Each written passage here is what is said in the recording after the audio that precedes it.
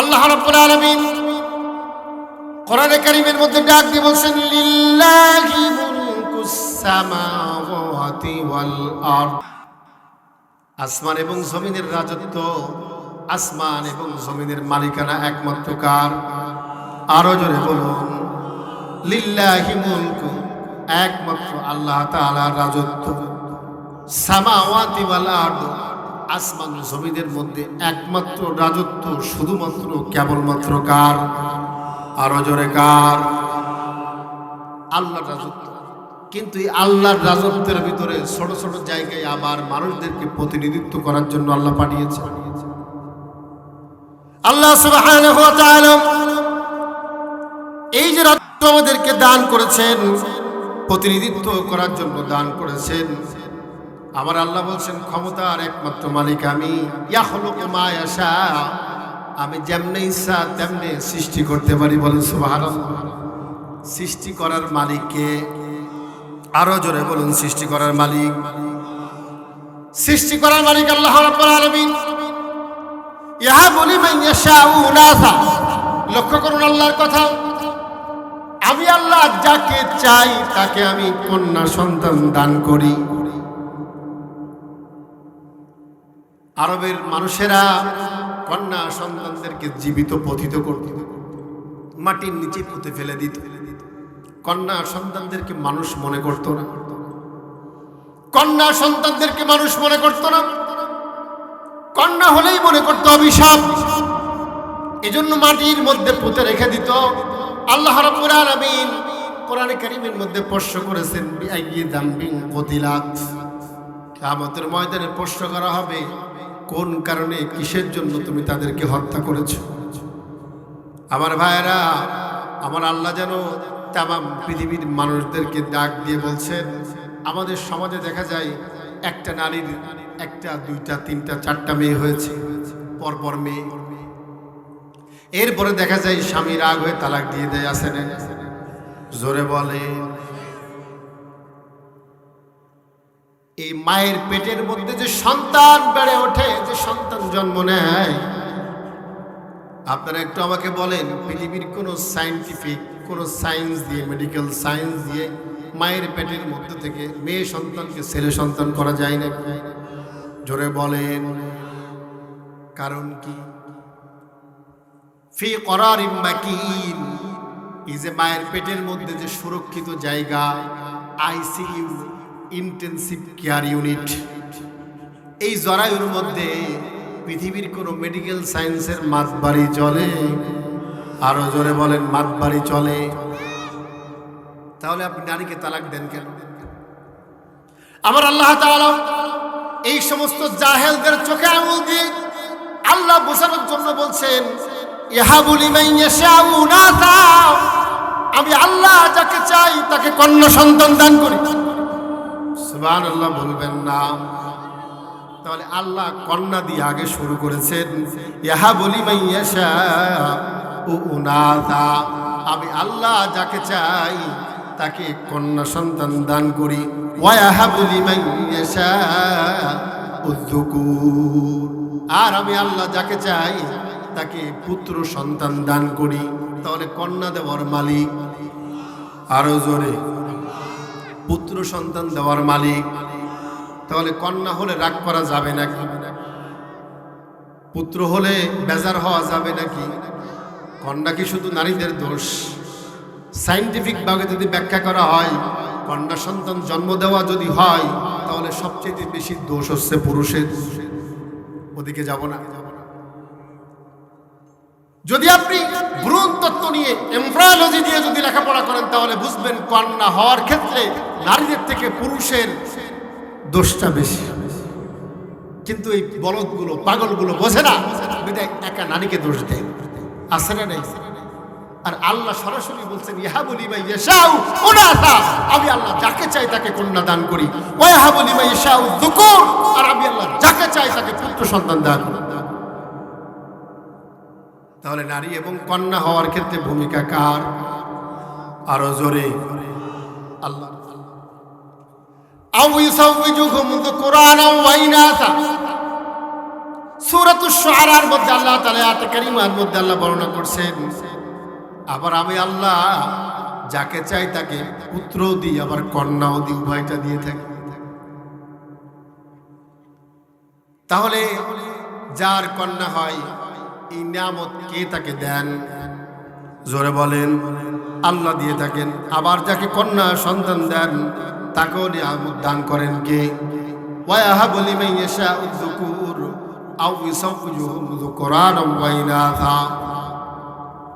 আমি আল্লাহ যাকে চাই তাকে পুত্র এবং কন্যা সন্তান দান করে থাকি। এরপরে আল্লাহ বলছেন, আবার আমি আল্লাহ যাকে চাই তাকে কোনো কিছুই দিই না, আমার আল্লাহর ইচ্ছার পরে ইখতিয়ার পরে সবকিছু। সুবহানাল্লাহ বলেন। এখন এই সন্তান পৃথিবীতে আসার জন্য আল্লাহর কাছে দোয়া করেছেন পয়গম্বর।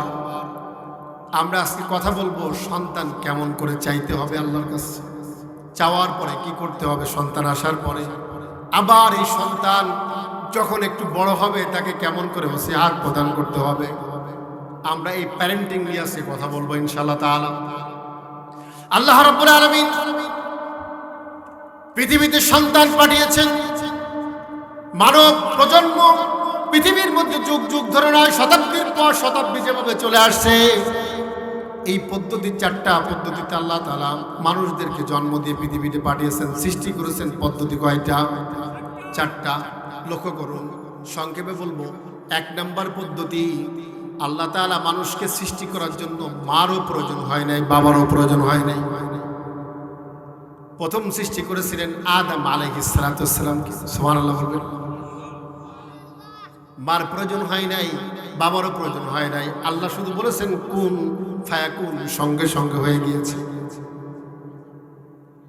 আল্লাহ মাটি দিয়ে বানিয়েছেন, মিন সালসালিন মিন হামাইম মাসনুন।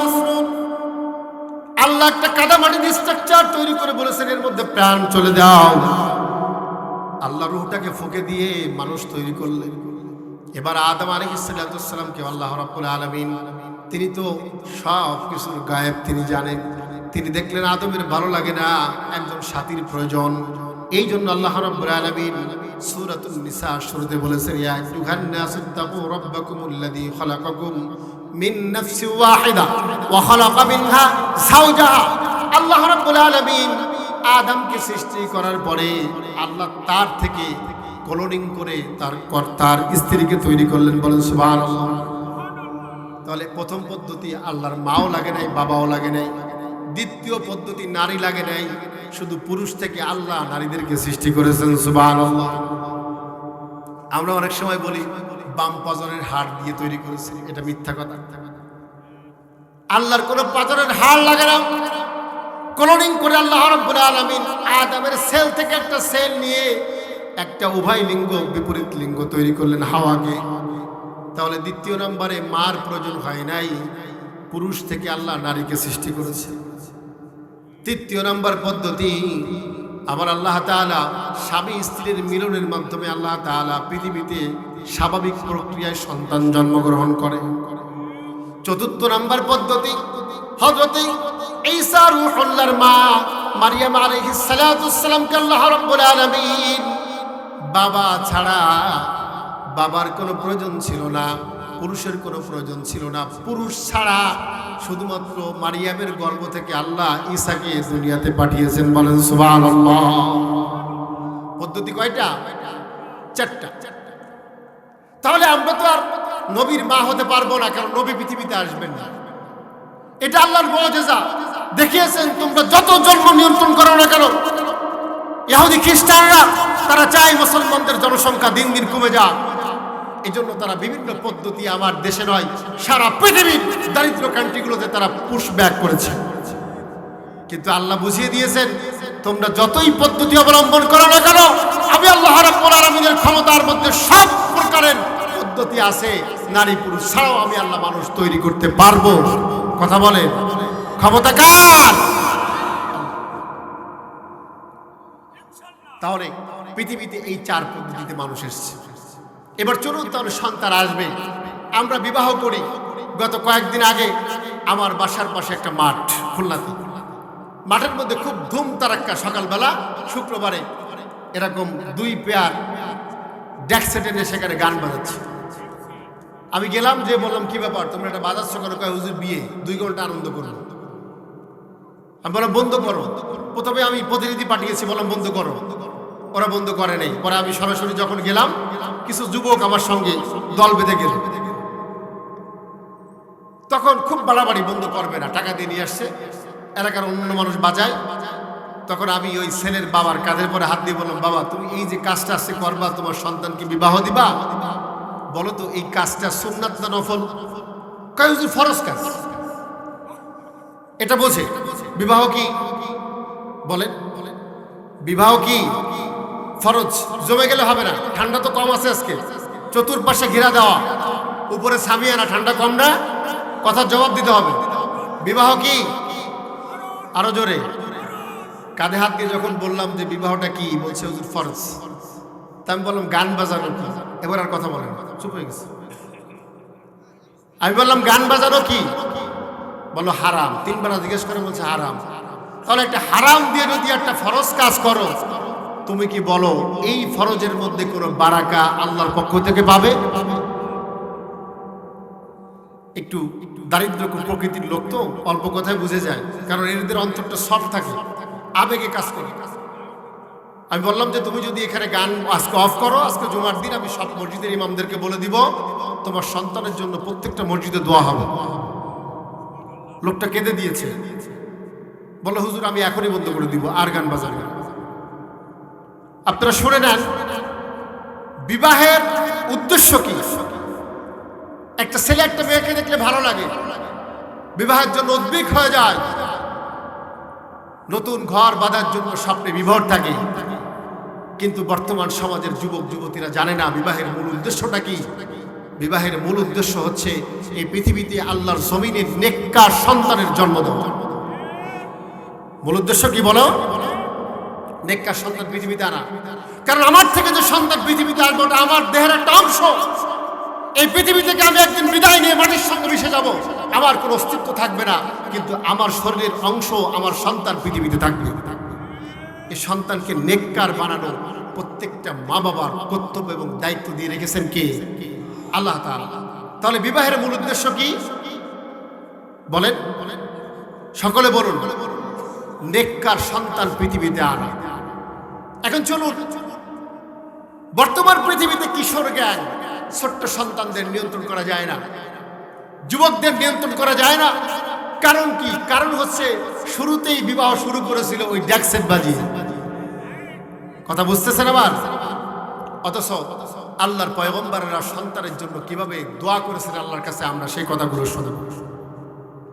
আল্লাহ রাব্বুল আলামিন সূরা আলে ইমরান কোরআনুল কারীমের 3 নম্বর সূরা। এই সূরাতে আল্লাহ তাআলা একটা পরিবারের কথা বলেছেন, ইমরানের পরিবার, আলা ইমরান। আল মানে হচ্ছে পরিবার, ইমরানের পরিবার। আল্লাহ তাআলা তাদের নামে সূরা দিয়েছেন। এই সূরাতে আল্লাহ তাআলা বলেন, ইন্নাল্লাহা আসতাফা আদামা ওয়া নূহা ওয়া আলা ইব্রাহিম ওয়া আলা ইমরান আলাল আলামিন।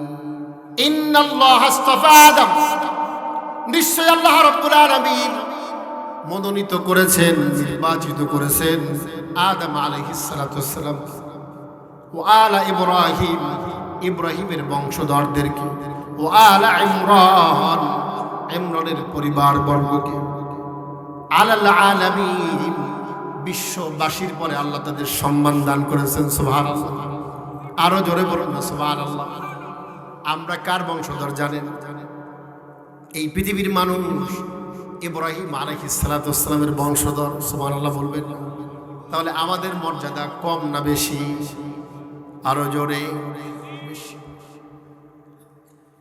এই ইমরান তিনি ছিলেন বাইতুল মাকদাস, যেই মসজিদের শুরুতে আমি যে মসজিদের কথা বললাম, এই মসজিদের বাইতুল মাকদাসের বাইতুল আকসার সম্মানিত ইমাম ছিলেন ইমরান। তার স্ত্রীর বর্ণনা তাফসীরের মধ্যে আসছে, স্ত্রীর নাম ছিল হান্না বিনতে ফাকুস। এই হান্না বিনতে ফাকুজের কখনো সন্তান হতো না। সন্তানের জন্য কেমন করেছে দেখুন। হান্না বিনতে ফাকুজ ফিলিস্তিনের মধ্যে বাইতুল মাকদাসের সামনে বসে আছেন। হঠাৎ গাছের ডালের দিকে তাকায় দেখেন, গাছের ডালের পরে একটা পাখি আর একটা পাখির বাচ্চাকে মুখের মধ্যে ঠোঁট দিয়ে খাবার খাওয়াচ্ছে। দেখেছেন না পাখি পাখিকে কিভাবে গালের মধ্যে মুখ দিয়ে খাবার খাওয়া? এটা দেখার পরে হান্না বিনতে ফাকুজ নিঃসন্তান দম্পতি, সন্তান হয় না, বয়োবৃদ্ধ হয়ে গিয়েছে। সন্তান হারা মা বাপ, যাদের সন্তান হয় না তারা জানে কলিজার মধ্যে কত হাহাকার সন্তানের জন্য। আবার অনেকে সন্তান ফেলে যায়, একটিবার ভাবে না ডাস্টবিনের মধ্যে মানব সন্তান পাওয়া যাচ্ছে না। বিভিন্ন জায়গায় বাংলাদেশে আমরা বিভিন্ন জায়গায় দেখছি। অথচ যাদের সন্তান হয় না কত রাত কেটে যায় স্বামী স্ত্রী কাঁদতে কাঁদতে, কতদিন কত জায়গায় দৌড়াই। সন্তান যাদের হয় না তারা সার কেউ জানে না। হান্না বিনতে ফাকুজ গাছের ডালে পাখি ভালোবাসা দেখে কলিজার মধ্যে আল্লাহ রাব্বুল আলামিন মায়া ঢেলে দিলেন। তিনি আল্লাহর কাছে দোয়া করলেন, আল্লাহ আমাকে যদি তুমি একটা সন্তান দান করো, আমার এই সন্তানটাকে আমি তোমার ঘর বাইতুল মাকদাস মসজিদে আকসায় আমি উন্মুক্তভাবে তাকে দান করে দিব। বলেন সুবহানাল্লাহ। আল্লাহ সেই কথা বলছেন, ক্বালাত রাতু ইমরান রাব্বি ইন্নী নাযারতু লাকা মা ফি বাতনি মুহাররারান ফাতাকাব্বাল মিন্নী ইন্নাকা আনতাস সামিউল আলীম। স্মরণ করো সেই সময়ের কথা যখন ইমরানের স্ত্রী হান্না বিনতে ফাকুজ আল্লাহর কাছে দোয়া করেছিলেন, আল্লাহ আমার গর্ভের মধ্যে যদি তুমি সন্তান দাও, আমি আল্লাহ সন্তানটাকে তোমার রাস্তায় কবুল করে দিই, তোমার রাস্তায় আমি দান করে দিই। আল্লাহ রাব্বুল আলামিন বলছেন, আমি তার গর্ভের মধ্যে সন্তান দিয়ে দিলাম।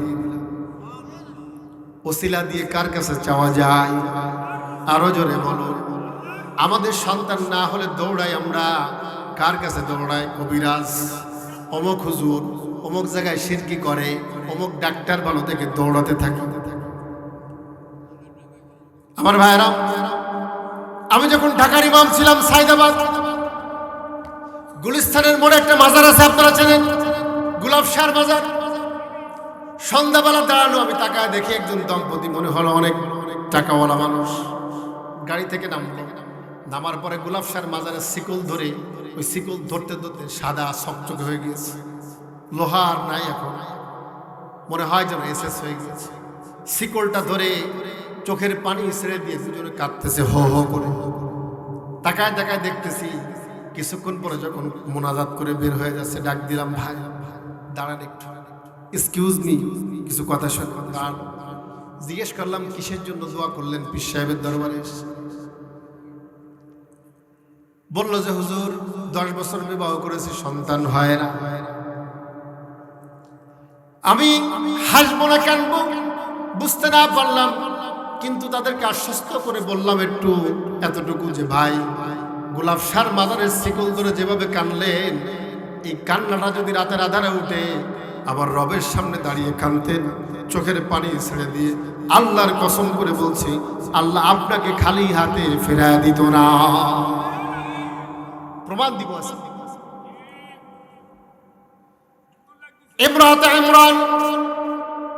ইমরানের স্ত্রী আল্লাহর কাছে যখন দোয়া করলেন, আল্লাহ রাব্বুল আলামিন তার গর্ভের মধ্যে সন্তান দিয়ে দিলেন।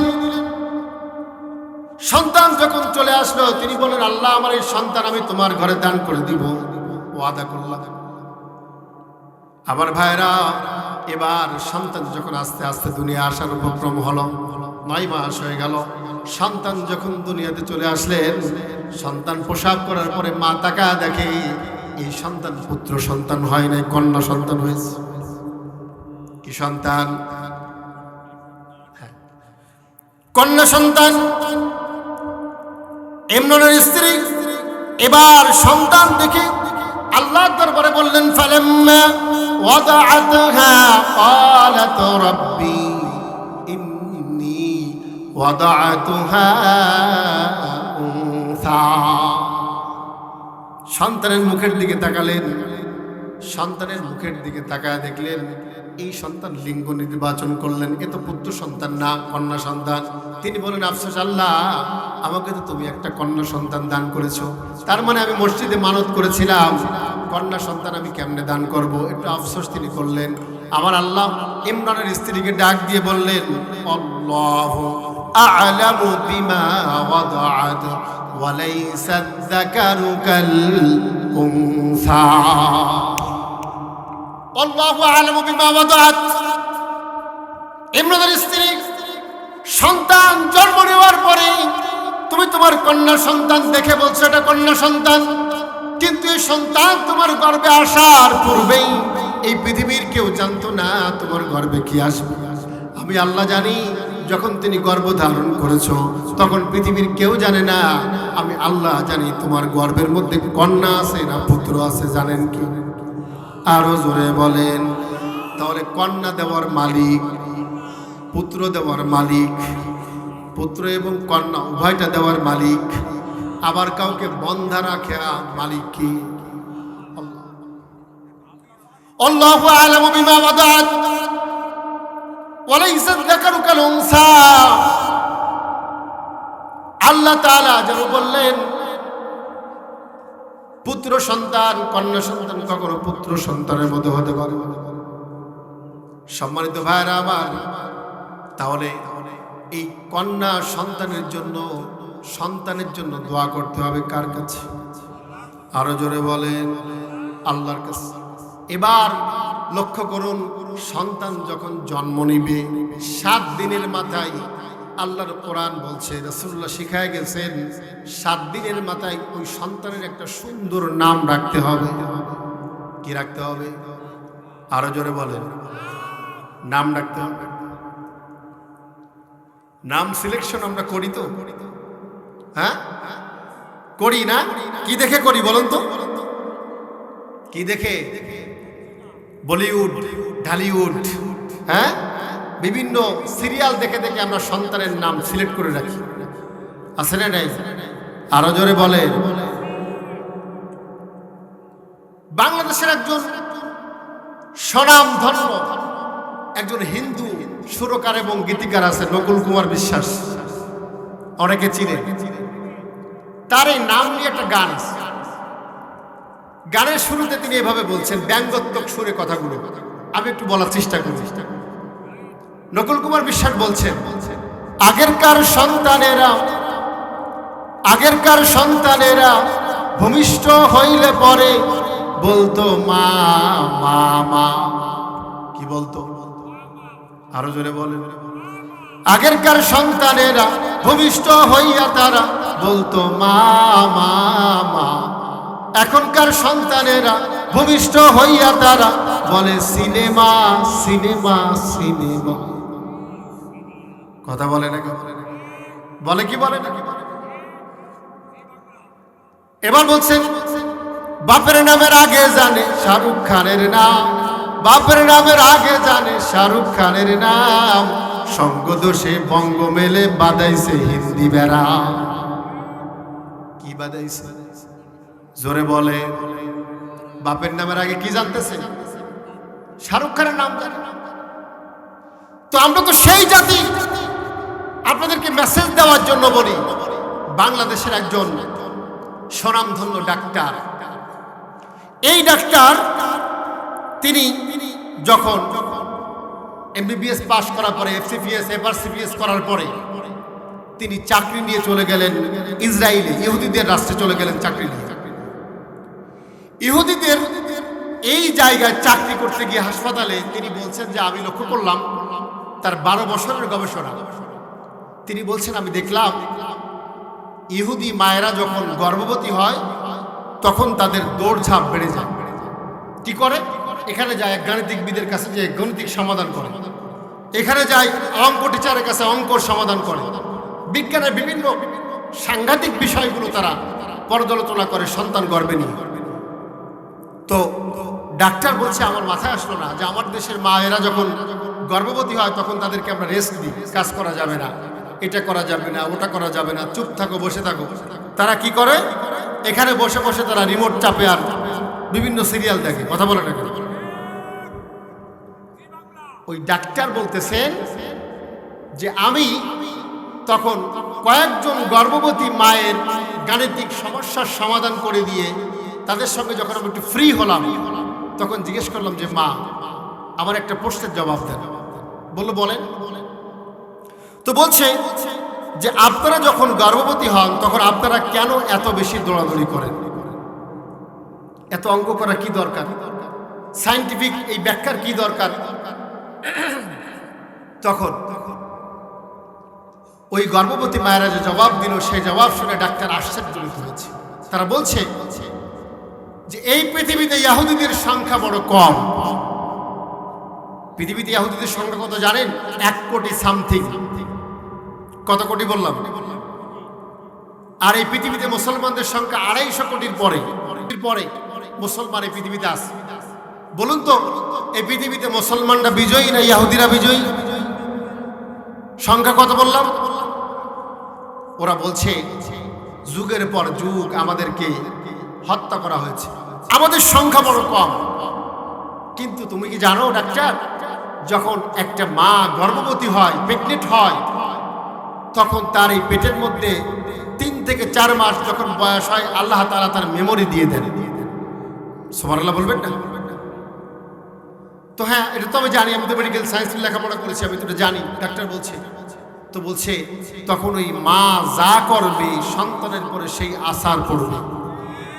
এজন্য আমরা সায়েন্টিফিক অনেক জটিল সমস্যার সমাধান করি, কারণ একটাই, এই পৃথিবীতে আমাদের সন্তান কম থাকবে, কিন্তু সন্তান পেট থেকে ব্রিলিয়ান্ট হয়ে এই পৃথিবীতে আসবে যেন মুসলমানদের করে রাজ করতে পারে। চিন্তা করেছেন কখনো? আর আমরা কি করি? বিভিন্ন চ্যানেল টিপে চ্যানেল ঘুরায়, আর মা গর্ভবতী মা রেস্ট নাই, আর সন্তানও দুনিয়াতে নেবে। ওরা কই পাগলু ডান্স দিয়ে সময় পার করে। কথা বলে না কেন? এজন্য সন্তান জন্ম নেওয়ার সঙ্গে সঙ্গে আল্লাহ রাব্বুল আলামিন মারিয়ামের মায়ের দৃষ্টান্ত দিয়েছেন। মারিয়াম যখন দুনিয়াতে চলে আসলো, এবার তার মা বলছে, ওয়া ইন্নী সাম্মাইতুহা মারিয়াম, ও আমার রব, আমার এই সন্তানের আমি নাম রেখে দিলাম মারিয়াম। সুবহানাল্লাহ বলবেন না? খারাপ নাম না ভালো নাম? কোন সিরিয়ালের নাম রেখেছেন নাকি? সবাই জিকির করি লা ইলাহা ইল্লাল্লাহ জোরে।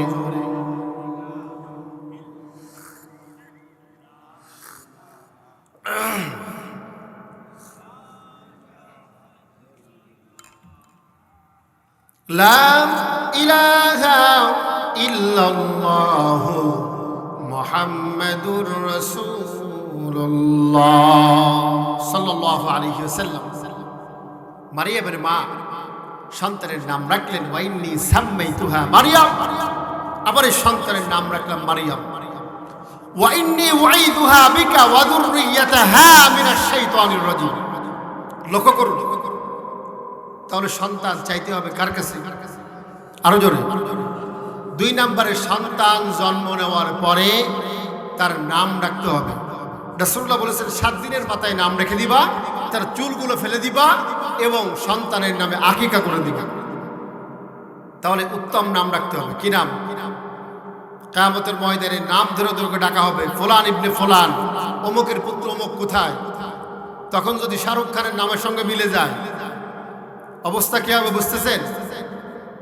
এ ব্যাপারে অনেক ব্যাখ্যা আছে, ওদিকে যাব না। এজন্য এক কথায় বললাম, সুন্দর সুন্দর নাম রাখতে হবে সন্তানদের, ইসলামী নাম। পারবো তো? আল্লাহ কবুল করুন আমাদেরকে, বলুন আমিন। 2 নাম্বার, এবার সন্তান যখন জন্ম নিল, নাম রাখার পরে এবার তার জন্য দোয়া করেছেন মারিয়ামের মা, ওয়া ইন্নী উঈদুহা বিকা ওয়া যুররিয়াতাহা মিনাশ শাইতানির রাজীম। ও আমার রব, আবার এই সন্তানকে এবং এই সন্তান থেকে যত বংশধর পৃথিবীতে আসবে, ওয়া ইন্নী উঈদুহা বিকা ওয়া যুররিয়াতাহা, আমার এই সন্তান এবং এই সন্তান থেকে পৃথিবীতে যত সন্তান আসবে সব সন্তানদেরকে মিনাশ শাইতানির রাজিম, শয়তানের থাবা থেকে, শয়তানের কবল থেকে তুমি হেফাজতে রাখিও। আমরা কি করি? দোয়া করলেন কি নিজের মা? কে দোয়া করছেন বলুন তো? আমরা হুজুরদের ডাক দিই, হুজুর একটু দোয়া করে যান, একটু মুখে ভাত দিয়ে যান, আসে না? কথা বলেন না? এই ভাত দেওয়াটা অনুষ্ঠান, নাউজুবিল্লাহ। কিসের অনুষ্ঠান এটা? মা দোয়া করবে সন্তানের মাথায় হাত দিয়ে যে আল্লাহ আমার এই সন্তানকে তুমি শয়তান থেকে বাঁচায় রেখো। মারিয়ামের মা দোয়া করছে, ওয়া ইন্নী উঈদুহা বিকা ওয়া যুররিয়াতাহা মিনাশ শাইতানির রাজিম। ও আমার রব, আমার এই সন্তান এবং এই সন্তান থেকে পৃথিবীর মধ্যে যত বংশধর আসবে সবাইকে তুমি শয়তানের থাবা থেকে, শয়তানের প্ররোচনা থেকে আল্লাহ তুমি হেফাজত করি। আল্লাহ দোয়া কবুল করলেন। এবার মারিয়ামকে আল্লাহর ঘরে সফর্দ করতে হবে। সংক্ষেপে বলছি, এবার তার তত্ত্বাবধানের দায়িত্ব নিলেন তদানীন্তন সময় জামানার পয়গম্বর হযরত জাকারিয়া আলাইহিস সালাতু ওয়াস সালাম। তিনিও বাইতুল মাকদাসের ইমাম। লক্ষ্য করতেছেন? পরিচয়ে জাকারিয়া ছিলেন মারিয়ামের খালু। কি ছিলেন? খালু। খালুর হাতে দায়িত্ব দেওয়া হবে। এ ব্যাপারে এই সূরার মধ্যে আল্লাহ তাআলা অপর পৃষ্ঠায় অনেক লম্বা বর্ণনা করেছেন, যালিকা মিন আম্বাইল গায়ব নুহিহি ইলাইক ওয়া মা কুনতা লাদাইহিম ইয ইয়ালকুনা আকলামাহুম আইয়ুকুম ইয়াকফুলু মারিয়াম। এখানে লম্বা আলোচনা করেছেন। এখানে বলছেন জাকারিয়া আলাইহিস সালাতু ওয়াস সালাম তখন এই সন্তানের দায়িত্ব নিতে চাচ্ছেন, কিন্তু ওই সময়ে আরো কিছু আলেম ছিল যারা খানায়ে কাবার, তারা ইমাম ছিল। তারা বলছে না যে আমরা নেব। তখন আল্লাহ রাব্বুল আলামিন বললেন, জাকারিয়া এটা লটারি করো। কি লটারি? যারা মারিয়ামের তত্ত্বাবধানে খানায়ে কাবার, বাইতুল মাকদাসের দায়িত্ব নিতে চাচ্ছে, মারিয়ামকে দেখাশোনা করবে, তাদের সবাইকে ডাক দাও। এই আলেমদেরকে নিয়ে নদীর কিনারায় চলে যাও, সাগরের কিনারে গিয়ে তারা যে তাওরাত লিখত, তাওরাতের কলমগুলো সব নদীর মধ্যে ছুঁড়ে মারতে বলো। বলুন তো, নদীতে যদি কোনো কিছু ফেলে দেওয়া হয় ওটা স্রোতের অনুকূলে যায় না প্রতিকূলে যায়? কোথায় যায়? স্রোতের অনুকূলে। স্রোত যেদিকে যায় সেদিকে যায় নাকি উল্টা দিকে যায়? জোয়ারে যায় নাকি উজনে আসে? এবার বুঝেছে নাকি? যা কিছু দেওয়া হয় স্রোত যেদিকে যাচ্ছে সেদিকে চলে যায়। যখন জাকারিয়া সহ তাওরাতের আলেম যারা ছিল তাদের কলমগুলো যখন সমুদ্রের মধ্যে ফিক দিলেন, তখন দেখা গেল সবার কলম স্রোতের অনুকূলে চলে গেল, জাকারিয়ার কলমটা স্রোতের উল্টা দিকে দৌড়াচ্ছে। সুবহানাল্লাহ বলবেন না? আল্লাহ বললেন জাকারিয়ার তত্ত্বাবধানে থাকবে মারিয়াম। আমার ভাইয়েরা, মারিয়াম আস্তে আস্তে বড় হতে লাগলেন। মারিয়াম যখন ষোড়শী যুবতী হয়ে গেলেন, জাকারিয়া আলাইহিস সালাতু ওয়াস সালাম দাওয়াতের কাজে বাইরে যেতেন। হঠাৎ একদিন তালাবদ্ধ রুমের মধ্যে, মেহরাবের মধ্যে, কামরার মধ্যে তালা বন্ধ করে রেখে তিনি বাইরে দাওয়াতে কাজে চলে গিয়েছেন। মারিয়াম বাইতুল মাকদাসের হুজরাখানার মধ্যে আছে। কিছু সময় অতিবাহিত হয়ে গেল, জাকারিয়ার মনে নাই মারিয়ামকে খাবার দেওয়ার জন্য। এবার জাকারিয়া দৌড় দিয়েছেন, জাকারিয়া নবী তিনি দৌড় দিয়েছেন, মারিয়াম তো ওই ঘরের মধ্যে আছে। দৌড় দিয়ে এসে যখন তালাটা খুলে যখন ভিতরে প্রবেশ করলেন, দেখে মারিয়াম ক্ষুধার্ত হয় নাই, ভেঙে পড়ে নাই। মারিয়াম চুপচাপ বসে আছেন, আর মারিয়ামের সামনে টেবিলের পরে এমন এমন ফল সাজানো আছে যেই ফলগুলো ওই মৌসুমে তখন পাওয়া যেত না। বেমৌসুমি ফল। এখন আম পাওয়া যায়? এখন যদি দেখেন যে আমার সামনে হঠাৎ করে আমের ডালা, এটা কি আশ্চর্য না? জাকারিয়া নবী আশ্চর্য হওয়ার থেকেও বেশি ভয় পেয়ে গেলেন, কারণ এই ঘরের মধ্যে একজন রূপবতী নারী, ষোড়শী যুবতী নারী, এই ঘরে তো আমি ছাড়া আর কারো আসার কথা না, তাহলে কে তাকে খাবার দিয়ে গেল? হযরতে মারিয়াম আলাইহিস সালাতু ওয়াস সালাম তিনি বুঝতে পারলেন জাকারিয়া ভয় পেয়েছেন। জাকারিয়া প্রশ্ন ছুড়ে দিলেন, মারিয়াম, ইয়া মারিয়াম আন্না লাকি হাযা। একটু ধমকের সুরে বললেন, ইয়া মারিয়াম আন্না লাকি হাযা, ও মারিয়াম তোমার রুমের মধ্যে এই ফলগুলো কোত্থেকে আসলো? মারিয়াম আলাইহিস সালাতু ওয়াস সালাম একটু ভয় পান নাই, ভেঙে পড়েন নাই, কারণ তিনি নিরপরাধ ছিলেন। মারিয়াম শান্ত শিষ্ট গলায় জবাব দিলেন, ক্বালাত হুয়া মিন ইনদিল্লাহ। ও আমার খালুজান, জামানার পয়গম্বর, ভয় পাওয়ার কোনো কারণ নাই, বিচলিত হওয়ার কোনো কারণ নাই। এই রুমের মধ্যে কেউ আসে নাই। এই যে ফল ফ্রুটগুলো দেখছেন, এই ফলগুলো পৃথিবীর কোনো মানুষ আমাকে দেয় নাই, আল্লাহর পক্ষ থেকে এই ফলগুলো আমাকে দেওয়া হয়েছে। ক্বালাত হুয়া মিন ইনদিল্লাহ। রিজিকের মালিক কে? আরো জোরে বলেন, বিশ্বাস হয়? রিজিক যে কোথা থেকে আসবে এটা কেউ বলতেও পারবো না। ওয়ালাউ আন্না আহলুল কুরা আমানু ওয়াত্তাকাউ লাফাতাহনা আলাইহিম বারাকাতিম মিনাস সামাই ওয়াল আরদ। আবার আল্লাহ ওয়াদা করেছেন, কোন জনপদের মানুষেরা, কোন জাতির মানুষেরা যদি আল্লাহ ভীতি অবলম্বন করে, আল্লাহর নিয়মাবলী মেনে চলে, আমি আল্লাহ তাদেরকে কথা দিচ্ছি, আসমান এবং জমিনের বারাকাতের দরজা আমি তাদের জন্য খুলে দিব। মারিয়ামের ঘরের মধ্যে পেলেন বেমৌসুমী ফল। ক্বালাত হুয়া মিন ইনদিল্লাহ। তিনি বললেন, এটা আল্লাহর পক্ষ থেকে এসেছে। প্রিয় ভাইরা আমার, এবার লক্ষ্য করুন আসল টুইস্ট এখানে। মারিয়াম আলাইহিস সালাতু ওয়াস সালামের ঘরের মধ্যে যখন বেমৌসুমী ফল দেখলেন, তখন জাকারিয়ার ঈমান আল্লাহ তাআলা আরো বেশি বাড়ায় দিলেন। জাকারিয়া এবার চিন্তা করতে লাগলেন, হান্না বিনতে ফাকুজের গর্ভের মধ্যে মারিয়ামকে আল্লাহ দান করলেন, যখন হওয়ার কথা না। আবার মারিয়ামের ঘরের মধ্যে বেমৌসুমী ফল আল্লাহর পক্ষ থেকে পৌঁছায় দেন। এটা আশ্চর্যের ব্যাপার। তাহলে নিশ্চয়ই আমি জাকারিয়া, আমার বয়স 103 বছর।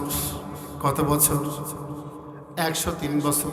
আমার স্ত্রীর বয়স 99 বছর। তাফসীরের মধ্যে আসছে দুজনের বয়সের মাত্রা 103 এবং 99। একটু বলেন তো, 103 বছরের বয়সের মানুষ সন্তান জন্মদানে সক্ষম থাকে না অক্ষম থাকে? জোরে বলেন। বার্ধক্য চলে আসে, গায়ের চামড়া তখন কি হয়ে যায়? ঢিলা হয়ে যায়, থুরথুরে ভাব। তখন আর তারুণ্য কাজ করে না, যৌবনের উদ্দীপনা কাজ করে না। তখন মানুষ, বুঝতেছেন আমার কথা? কিন্তু জাকারিয়া চিন্তা করলেন, যেই রব, যে আল্লাহ হান্না বিনতে ফাকুজের গর্ভের মধ্যে মারিয়ামকে দিতে পারে, যে আল্লাহ মারিয়ামের তালাবদ্ধ ঘরের মধ্যে আসমান থেকে খাবারের বন্দোবস্ত করতে পারে, সেই আল্লাহ আমি বার্ধক্য বরিত হওয়ার পরে এই মরা গাছেও সেই আল্লাহ ফুল ফোটাতে সক্ষম। নবী তো নবী, ঈমান বেড়ে গেল। আল্লাহ রাব্বুল আলামিন ডাক দিয়ে বলছেন, হুনালিকা দাআ জাকারিয়া রাব্বা ক্বালা রাব্বি হাবলি মিন লাদুনকা যুররিয়াতান তাইয়্যিবা ইন্নাকা সামিউদ দুআ। হযরত জাকারিয়া এবার মেহরাবের মধ্যে দাঁড়ান, যেখানে নামাজ পড়াই জায়গাটার নাম মেহরাব। যেই জায়গায় ইমাম খুতবা দেন তার নাম মিম্বার। আমরা তো মেহরাব কোনটা মিম্বার কোনটা তাও জানি না। কথা বুঝতেছে? ওই যে আমাদের গ্রামের বক্তব্যে আমারই বড় বোন বলতেছে, হুজুর ডাক দিয়ে বলতেছে, বক্তব্য পড়তে গেছে, একটা পার্টি নামাজে যায় নামাজ, বলতেছে যে মা এটা নিয়ে মেম্বারের পাশে রেখে আস। ও যে কি করছে, ওই এলাকার মেম্বার, সে ওই নামাজ পড়তে ঢুকেছে, আস্তে করে যায় নামাজটা নিয়ে তার পাশে রেখে আসে। হুজুর বলে কি জায়নামাজ কোথায়? মেম্বারের পাশে রেখে দিস। ও তো বোঝে না যে মেম্বার যেটা হুজুর খুতবা দেন ওটার নাম কি, আর যেখানে দাঁড়িয়ে নামাজ পড়ায় ওটার নাম মেহরাব। মেহরাবের মধ্যে দাঁড়িয়ে চোখের পানি ছেড়ে দিয়ে দাঁড়িয়ে ভিজে ভিজে জমিনের মধ্যে পড়ে আর দুহাত তুলে কান্দে, রব্বি হাবলি মিন লাদুনকা যুররিয়াতান তাইয়্যিবা, ও আমার রব আমাকে তুমি একটা পুত পবিত্র সন্তান দান করো। বয়স কত? জোরে বল। স্ত্রীর বয়স, এই বয়সে সন্তান জন্ম দেওয়ার মতন সুপুরুষ সাতক্ষীরা আছেন? আল্লাহ রাব্বুল আলামিন দেখলেন জাকারিয়ার ইমানের এত পাওয়ার, মারিয়ামের ঘরের মধ্যে তালাবদ্ধ রুমের মধ্যে বেমৌসুমে ফল দেখে তার ইমান বেড়ে গিয়েছে। আমি আল্লাহর পরে পূর্ণ বিশ্বাস স্থাপন করে আমার কাছে সন্তানের জন্য দোয়া করছি, আমি আল্লাহ তাকে খালি হাতে ফিরাইয়া দেব না। সুবহানাল্লাহ। বাড়ি যেয়ে বলেন, আরো আসতে বলেন, আরো আসতে।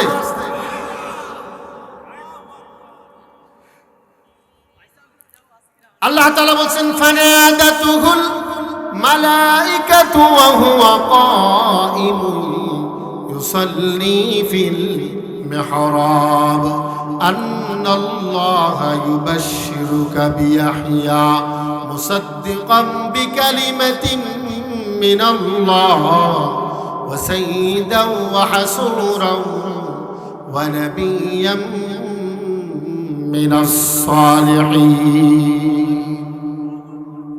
فنادته الملائكة وهو قائم يصلي في المحراب। জাকারিয়া যখন মিহরাবের মধ্যে দণ্ডায়মান, মিহরাবের মধ্যে দাঁড়িয়ে দাঁড়িয়ে নামাজ আদায় করছেন, আল্লাহর পক্ষ থেকে তখন জিবরিলকে পাঠানো হলো। জিবরিল আমিন এসে বলছেন আন্নাল্লাহা ইউবাশশিরুকা, ও জাকারিয়া তুমি একটা সংবাদ গ্রহণ করো, সুসংবাদ গ্রহণ করো। বিগুলাম ইসমুহু ইয়াহইয়া, একটা সন্তান সম্পর্কে সুসংবাদ গ্রহণ করো যার নাম হবে ইয়াহইয়া। সুবহানাল্লাহ বলবেন না? কি নাম হবে? নাম রেখেছেন কি? আরো জোরে। আল্লাহ নাম রেখে দিলেন, তার নাম হবে ইয়াহইয়া। জাকারিয়া একটু আশ্চর্য হলেন। আল্লাহ তাকে জানা দিলেন, জিবরিল আমার নবীকে জানা দাও তার এই বৃদ্ধ বয়সে আমি আল্লাহ তাকে যে সন্তান দান করব, সেই সন্তানের কোয়ালিটি শোনো, সেই সন্তানের গুণাবলী শোনো, সেই সন্তান কেমন সন্তান হবে। কারণ জাকারিয়া দোয়া করেছিল রব্বি হাবলি মিন লাদুনকা যুররিয়াতান তাইয়্যিবা, ও আমার রব আমাকে একটা পুত পবিত্র সন্তান দান করো, আমি তাকে ইয়াহইয়াকে দান করব। সেই সন্তানের সুসংবাদ তুমি তাকে দাও, তার কোয়ালিটি কি হবে দেখুন। আল্লাহ রাব্বুল আলামিন বলেন মুসাদ্দিকাম বিকালিমাতিন মিনাল্লাহ, এক নম্বর গুণাবলী হবে তিনি আল্লাহর কালামের সত্যায়ন করবেন। বলেন সুবহানাল্লাহ। ওয়া সাইয়্যিদান, তিনি হবেন নেতা। ওয়া হাসূরান, এবং তিনি হবেন পৃথিবীর সব নারী থেকে বিমুখ, কোন নারীর পরে তার কোনো আসক্তি থাকবে না। সুবহানাল্লাহ বলবেন না? ওয়া সাইয়্যিদান ওয়া হাসূরান ওয়া নাবিয়্যান মিনাস সালিহিন, আর নেক নবীদের মধ্যে সে হবে অন্যতম একজন নেককার নবী। বলেন সুবহানাল্লাহ। গুণাবলী কয়টা? এক নম্বরে আল্লাহর কালামের সত্যায়ন করবে, দুই নম্বরে তিনি হবেন সাইয়্যিদ মানে নেতা, তিন নম্বরে তিনি হবেন পৃথিবীর সকল নারী থেকে বিমুখ, নারীদের পরে তার কোনো আকর্ষণ থাকবে না, চতুর্থ নম্বরে সৎ কর্মশীল নবীদের মধ্যে সে একজন। কয়টা? চারটা গুণাবলী।